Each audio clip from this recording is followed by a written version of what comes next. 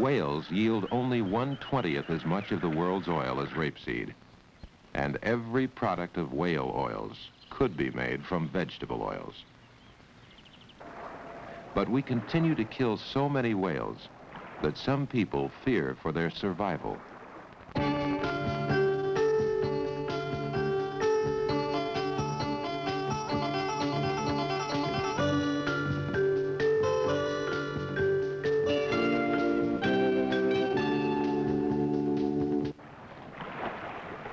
The large whales are among the most elusive of animals. They have never been successful, have ever even seen the large whales alive, except in the course of killing them. Then, they are observed in flight, in panic, and in their death throes.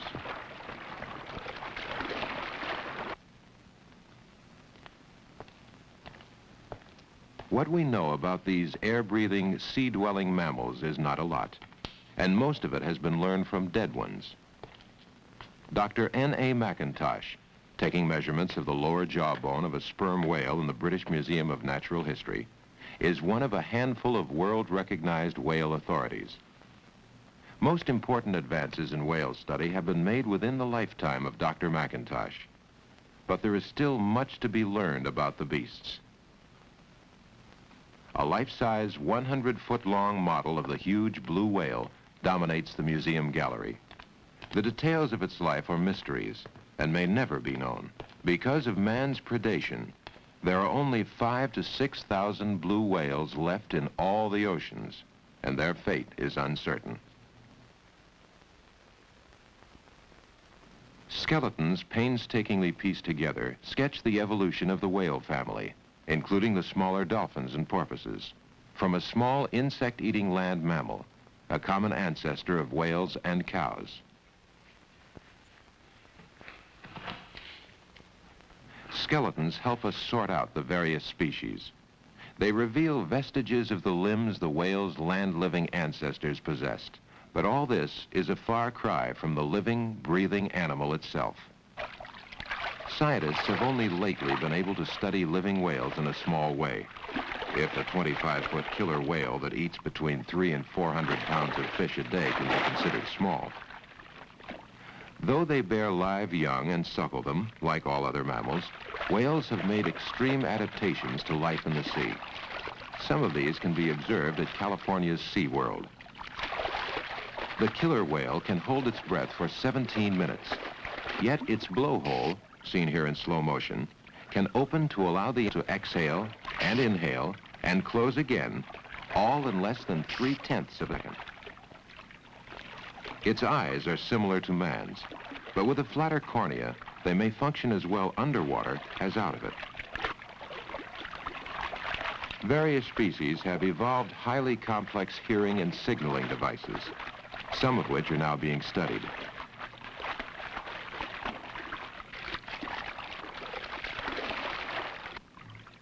All whales, big and small, have horizontal tail fins.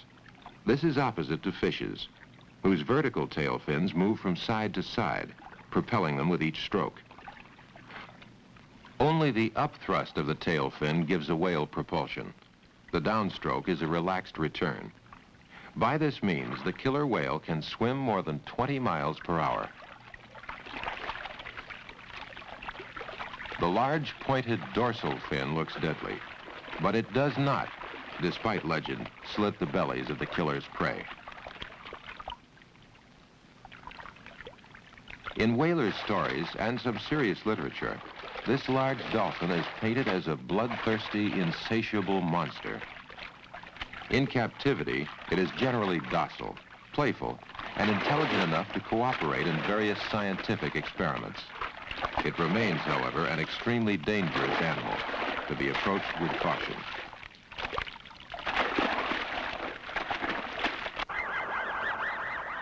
All whales seemed monsters once. Canst thou catch Leviathan with a hook, challenged the Old Testament with a fine contempt for puny man. Jonah supposedly learned wisdom in a whale's belly, but left no statement of his reactions. Apparently, man's early contacts with the whale were awful for man.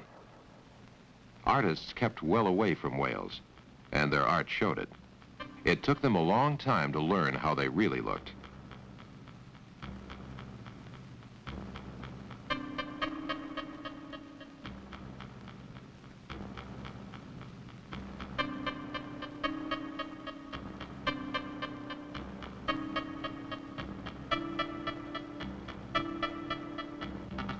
Gradually, whale portraits took a more realistic turn as men learned to hunt them successfully far from the European coast. It was the beginning of organized whaling, in which the animal is a cash crop harvested for profitable sale in a distant market. While commercial whalers overkilled a type of whale called the right whale and destroyed their own industry, primitive whaling, then and now, never threatened the survival of any species. Primitive whaling is linked to the immediate needs of small communities. Among the Eskimos of Point Barrow, Alaska, April is called the moon for the beginning of whaling.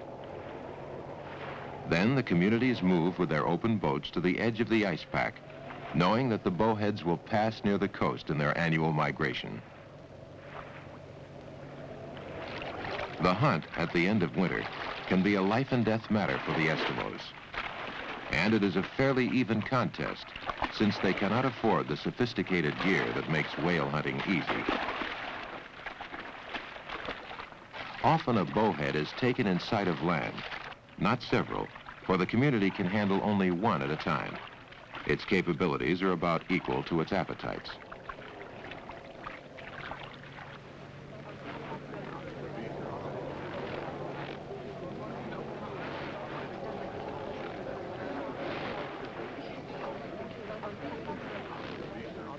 Their implements for flensing, or cutting up the animal, are similar to those one finds in museums of 18th and early 19th century whaling. Virtually all of the whale is used, and most of it is eaten. Whale meat has earned no gourmet reputation among most of the nations, though many species are edible and a good source of protein. Eskimos know its value. While not everyone's cup of tea, the Eskimos' way with the whale is sound ecology. But the ecological balance is narrow, for the bowhead whale is no longer numerous. It fell victim to the fashionable wasp-waisted silhouette of the 19th century. As the demand swelled for tight corsets of so-called whalebone, the price of baleen from the jaw of the bowhead whale skyrocketed. Just as hunters now bag the disappearing tiger for fur wraps, they slaughtered the bowhead for the hourglass figure. Then, whalebone corsets went out, and the market collapsed, luckily for the bowheads and the Eskimos. Not fashion, but international agreement stopped the slaughter of the California gray whale. Hunted along its eastern Pacific migratory route until there were just 1,000 or 2,000 left, the gray was put under protection in 1937 and is now shot only by cameramen. As a result, its numbers have grown to about 11,000. Naturalists now migrate to the gray whale's winter home and nursery in Lower California to observe the calves sporting with their mothers. The young, averaging 2,000 pounds at birth, represent so many potential barrels of oil from one viewpoint. From another, they are a near miracle of conservation. The gray is the only protected whale species so far to come back from the verge of extinction.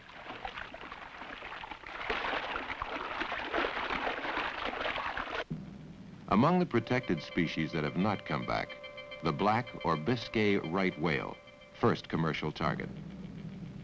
The Greenland right, or bowhead, rare in the Atlantic, though surviving in the Pacific. And two 20th century victims, the slow-moving, melodious humpback and the enormous blue, overkilled by the early 1960s, despite solemn warnings from biologists all over the world. Flotillas went to the Antarctic, as to war, to kill the blues.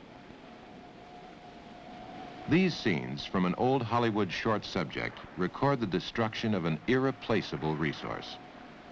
The blue whale is the largest animal that ever lived, dwarfing even the hugest dinosaurs, an efficient food processor, converting its diet of tiny marine animals into its own 90-ton packages of protein-rich meat. But the blue whale was killed for its oil. In a single year, 3 million barrels from 29,400 animals.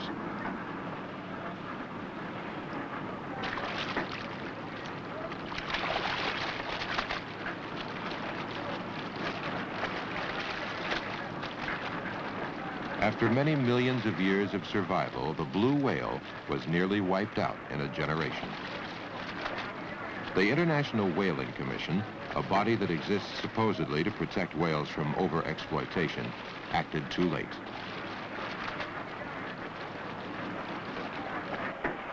The same kind of factory operation, with a fleet of fast catcher vessels supplying the mothership, is still used against other species in the Antarctic and North Pacific.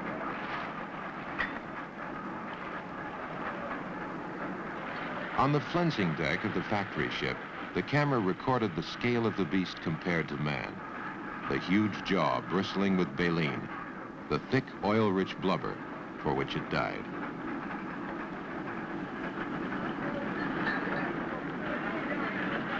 Hunted in rational numbers, the blue whale could have furnished protein to a hungry world forever. Now, for commercial purposes, it is an extinct animal. A dry-docked factory ship in the one-time whaling town of Sandefjord, Norway, is a more fitting memorial than the heroic statue across the harbor. This was a whaling capital when Norway led the world in deep-sea whaling. Now, the largest whales are gone. More whales have to be killed for less oil, and it is hardly profitable. The Norwegians have almost dropped out, leaving the Russians and the Japanese. Whaling accounts often slight the Japanese, whose tradition is as old as the Western one. The Japanese have always used every possible part of the whale for every possible purpose, including human consumption. A modern poster shows some of the products they make from baleen whales, which are the edible ones. The gamut runs from bacon and margarine to corsets and shoehorns. The toothed whales yield even more industrial products. Small wonder the Japanese are reluctant to stop, so long as there are any whales worth catching. How long will that be? Scientists in several countries serve as advisors to the International Whaling Commission, which decides how many whales can be taken each year. Ironically, scientists are dependent for laboratory specimens and raw data on the whaling industry itself. London biologist Ray Gamble has the cooperation of a shore-based whaling station in Durban, South Africa. Here, whaling is a rational, efficient enterprise with little left to chance. The vessels operate as much as 180 miles offshore, and a large part of their catch is in sperm whales. Herds live in these waters the year around, but they are not easy to find. Spotter aircraft flying up to 10 hours a day are the extra eyes of the whaling fleet. What is the weather where you are now? Beside the pilot sits the spotter, an experienced whaler. A lot of 20th century technology is brought to bear. Automatic controls free the pilot for navigation. Cruising at 500 feet in good weather, the spotter can pick out a whale's spout 8 miles away. There is no shout of "thar she blows." He simply radios the nearest catcher. Once spotted, the sperm whale's only defense is escape, and the boats are faster. When the whales dive, sonar records the direction and depth of their soundings. The track angling to the right shows the path of the dive. The ship's movements are controlled by the sonar operator until she is right in among the whales. Now they are coming to the surface. The harpooner takes over.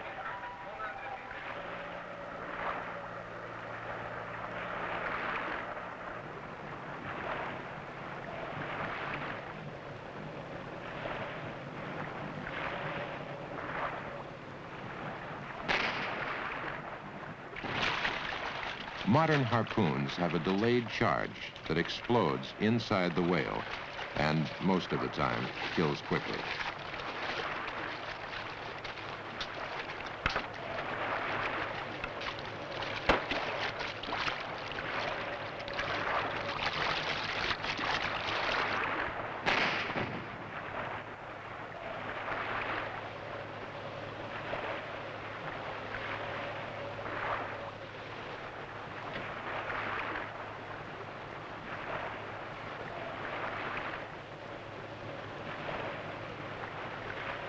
At present, as in the times of Moby Dick and the great Yankee fleet, sperm whales are the most hunted species.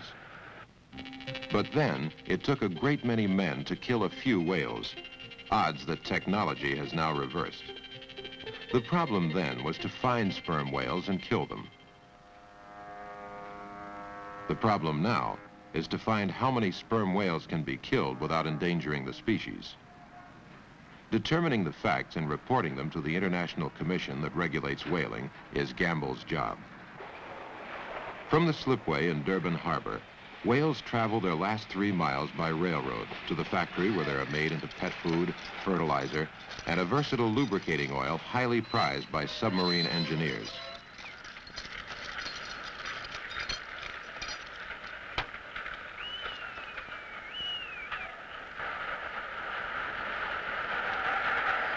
On the platform, the biologist must take his samples and his chances among the sharp flensing knives on the blood-slicked deck. Production doesn't slow down for science, although the ultimate fate of the sperm whale and of the industry depends on the accuracy of its findings. Gamble gets specimens from every whale during the half hour it takes to dismember it. Teeth are a prime target. Each sperm whale carries its life calendar there.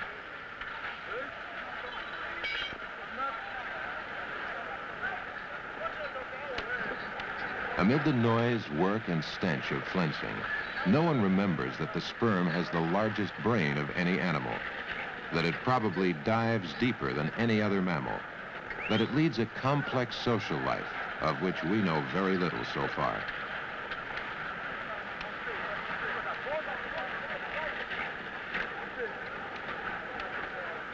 When a female has reached the right stage of dismemberment, Gamble cuts open and measures the mammary gland to determine whether it has recently suckled a calf.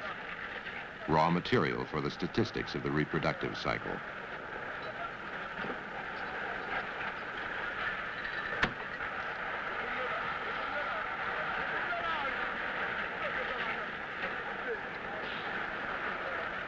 It is illegal to kill females when they are nursing young, but no harpooner can tell when a female target may be pregnant.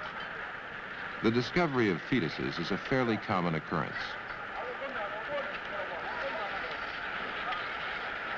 Sperm whales carry for 14.5 months. This fetus is 3 feet long and about 4 months old. 2 young males come off the flat car, about 15 years old, 37 feet long. Had they lived to full growth, they could have measured 55 feet.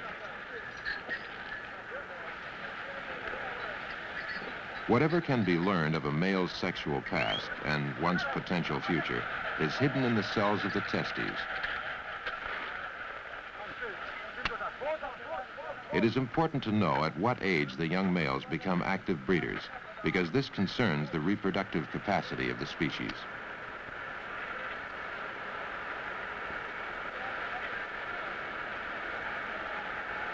Gamble takes small samples, which are carefully identified and preserved for later analysis.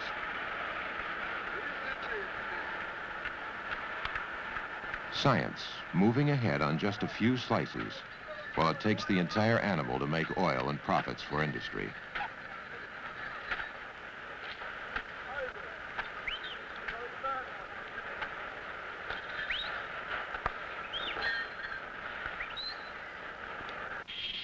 Specimens snatched from the butcher's block in Durban, shipped to London, end up in the modest laboratories of the Whale Research Unit. The best way to determine the age of a toothed whale is by its teeth. The sperm whale tooth is composed largely of dentine, laid down in alternating lighter and darker layers. These bands are a record of the whale's growth. Sawed in two and soaked in dilute formic acid, the teeth show alternate ridges and grooves corresponding to the original layers. Whale biologists are now convinced that one layer is grown every year. Count the ridges, and you count the age of the animal, although nobody yet knows what causes the layering. When the age is known, it can be correlated with information derived from the soft parts of the animal, for example, the testes. Samples from Durban are embedded in wax and mounted on a microtome. Far sharper than a flensor knife, the blade slices very thin sections, which are mounted on slides.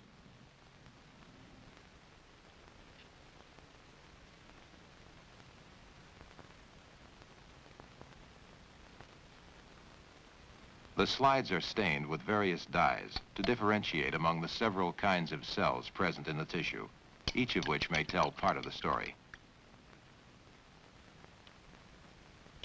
Microscopic examination reduces the sexual history of a sperm whale to a statistical item, its state of immaturity, puberty, or sexual maturity.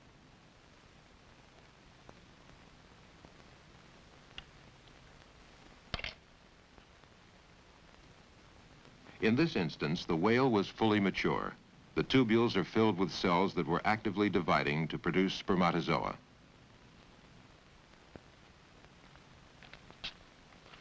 The slides are made in hundreds and thousands. Intimate knowledge of each individual whale leads to an understanding of the population as a whole. This is expressed in statistical terms. Computer printouts summarize what is known about the size, range, and reproductive capacity of various whale populations. From this data, the biologists advise members of the International Whaling Commission how many whales can safely be harvested. Biologists make the statistics, but the whaling industry makes the quotas. In making a mathematical model, the biologist must start with a number, say 1,000 mature female sperm whales. Sperms breed only once in 4 years, so 1/4, or 250, give birth each year. Of the newborn, 1/2 are males, whose breeding pattern requires a different model, so they do not count in this one. A percentage of the 125 females, averaging 6, die in each of the first 9 years, leaving 72 when the time comes to join the mature females, of which about 58 die of natural causes each year. Since there are 72 replacements, the surplus is 14, the number per 1,000 whalers can take yearly without reducing the herd. By calculations like these, the whales survive or perish. Is there any reason other than profit to catch a whale? Perhaps not, so far as the people who catch them are concerned. But there is more potential profit for mankind in some sorts of whaling than in others. These men are beating the water to drive pilot whales into the shore. Pilot whales and some other small species, dolphins and porpoises, can sometimes be rounded up like cattle when the herds stray into the shallow waters of fjords and bays. Traditionally, this was the occasion for a mass slaughter.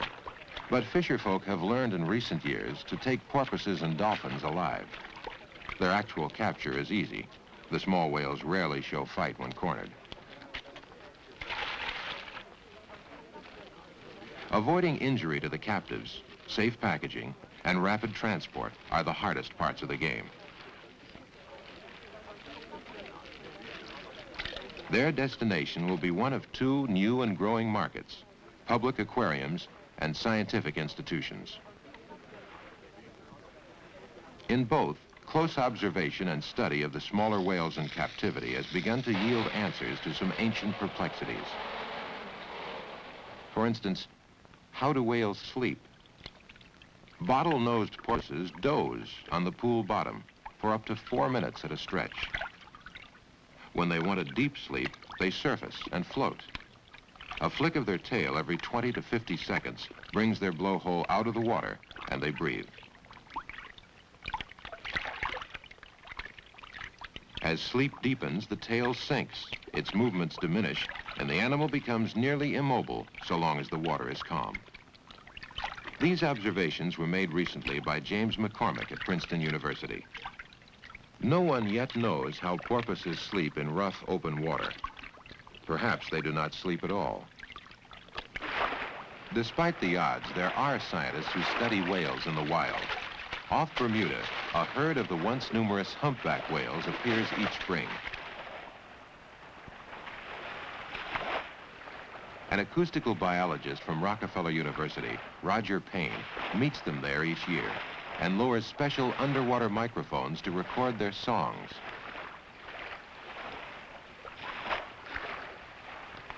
Until a few years ago, it was believed that these 40 to 50-foot beasts were probably mute. In fact, they make some of the most extraordinary sounds known in the animal kingdom, though no one yet knows why they sing or even how.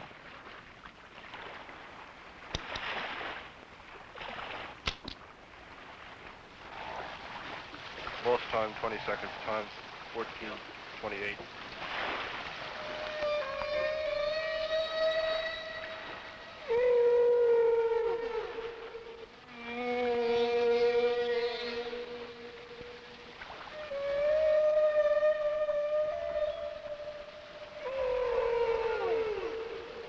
There is still much to be learned about whales, and perhaps even more to be learned from them, if they survive. Man is their only enemy.